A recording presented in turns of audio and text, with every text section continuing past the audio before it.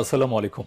বাংলা সংবাদে সবাইকে স্বাগত জানাচ্ছি ফিরোজ তোহা। শুরুতেই বিআরবি কেবলস সংবাদ শিরোনাম। এতে নতুন করে বাংলাদেশে খাদ্যে বিপর্যয় দেখা দিতে পারে বলে বিশ্লেষকরা আশঙ্কা প্রকাশ করেছে। তারা জানিয়েছে যে বাংলাদেশে যদি হঠাৎ করে এই ধরনের বিপর্যয় দেখা দেয় তাহলে আসলে বাংলাদেশের মানুষ খাদ্যে তারা অনিরাপত্তায় পড়তে পারে বলে এমন কথাই তারা জানিয়েছে। সহযোদ্ধাদের উদ্দেশ্য করে বলেছেন, কিছুক্ষণ আগে ফলাফল প্রকাশিত হয়েছে। প্রচণ্ড রাজনৈতিক নানা বাস্তবতার মধ্যে সাধ্যের সর্বোচ্চটুকুতে চেষ্টা করেছি। মহান আল্লাহ তাআলা আমাদের সহায় হয়েছেন। জানাবো মির্জা ফখরুলের বক্তব্য উস্কানিমূলক, জামাতের বিবৃতি। বিএনপির মহাসচিব ও এলজেআরডি মন্ত্রী ফখরুল সাম্প্রতিক বক্তব্যকে উস্কানিমূলক আখ্যা দিয়ে তার তীব্র প্রতিক্রিয়া জানিয়েছে। এবং সর্বশেষ জানাবো দুই রাজাকার আদলে ভারতের তেলাপোকা আন্দোলন।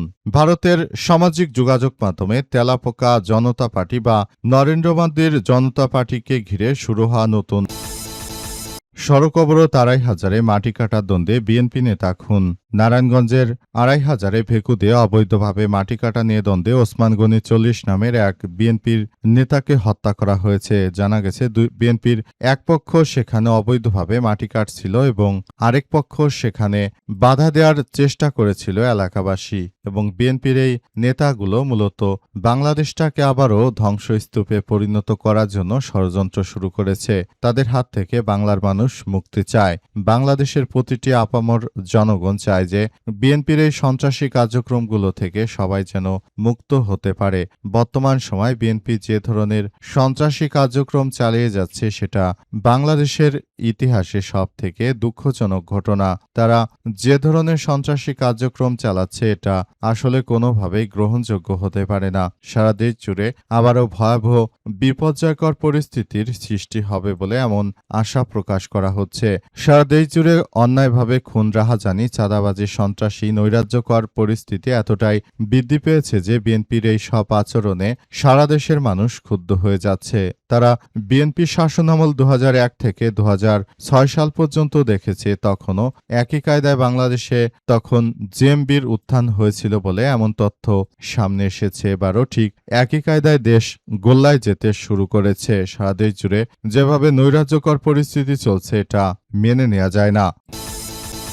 অকাল বন্যায় বড় বিপর্যয়, চালের বাজারে চাপের শঙ্কা। দেশের মানুষের প্রধান খাদ্যশস্য বোরো ধানের উৎপাদনে এবার বড় বিপর্যয় দেখা দিয়েছে। হাওর অঞ্চলে আকস্মিক বন্যা ও উজানের ঢলে তলিয়ে গেছে হাজার হাজার একর জমির ধান। ক্ষতিগ্রস্ত কৃষকদের দাবি, গত বছরের তুলনায় অনেক এলাকায় এবার অর্ধেকেরও কম ফলন হয়ে গেছে। অকাল বন্যায় এই বড় বিপর্যয়ের কারণে দেশের খাদ্য নিরাপত্তা ও চালের বাজারে নতুন ধরনের আশঙ্কার সৃষ্টি হয়েছে। স্থানীয় কৃষক, কৃষি বিভাগ ও খাদ্য কর্মকর্তাদের সঙ্গে কথা বলে উদ্বেগের চিত্র সামনে নিয়ে আসা হয়েছে। প্রাপ্ত তথ্যমতে বোরো, আমন ও আউশ ৩ মৌসুমের মধ্যে বোরো থেকে সবচেয়ে বেশি চাল পেয়ে থাকে সরকার, যার পরিমাণ মোট চাহিদার ৫২.৪৬%। আমন ও আউশ থেকে যথাক্রমে আসে ৩৯.৯০ এবং ৮%। পরিসংখ্যান বলছে, গত বছর যে জমিতে কৃষকের ২৫০০ টন ধান উৎপাদন হয়েছিল, এই বছর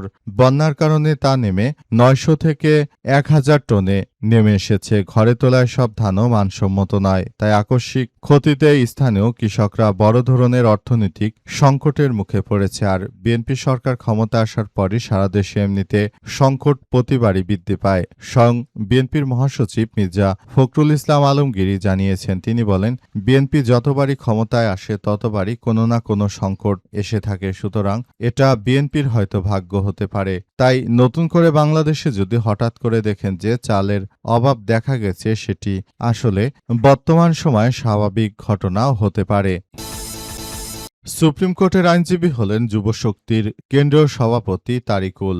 বাংলাদেশ সুপ্রিম কোর্টের আইনজীবী হিসেবে অন্তর্ভুক্ত হয়েছেন জাতীয় নাগরিক পার্টি এনসিপির যুব সংগঠক, জাতীয় যুবশক্তির কেন্দ্রীয় সভাপতি অ্যাডভোকেট তারিকুল ইসলাম।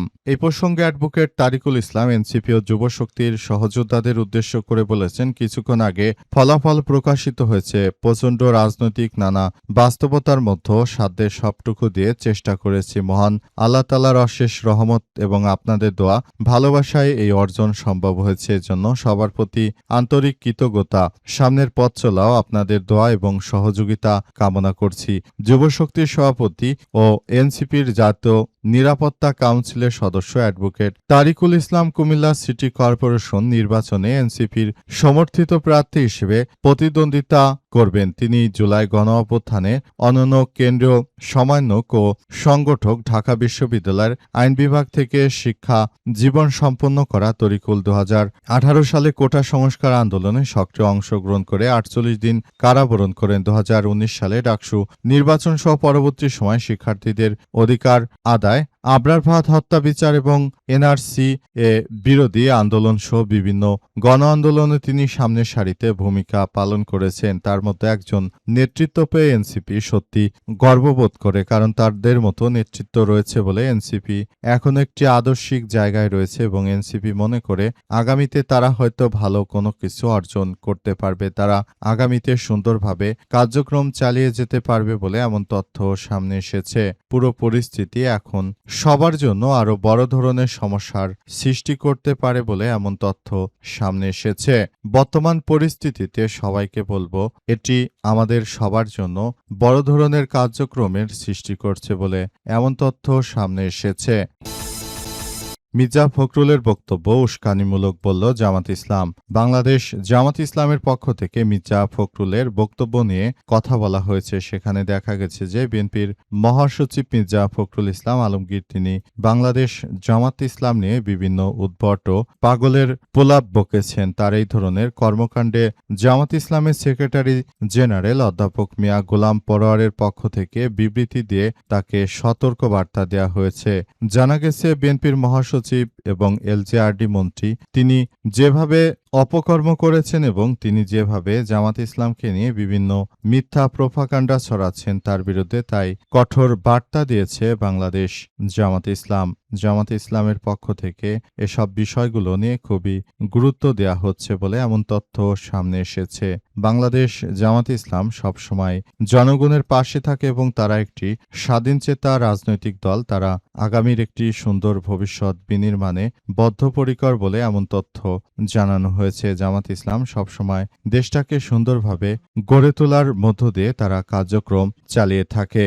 বর্তমান সময়ে বাংলাদেশ জামাত ইসলাম এমনভাবে তারা তাদের কার্যক্রমগুলো চালাচ্ছে, অতীতের যে কোনো সময় থেকে বাংলাদেশ জামাত ইসলাম ভালো অবস্থানে রয়েছে। সুতরাং তাদেরকে নিয়ে যদি বিএনপির এই ধরনের অশোভনীয় বক্তব্য চলতে থাকে এটা মেনে নেওয়া যাবে না বলে এমন তথ্য জানানো হয়েছে বলে এমন তথ্য সামনে এসেছে।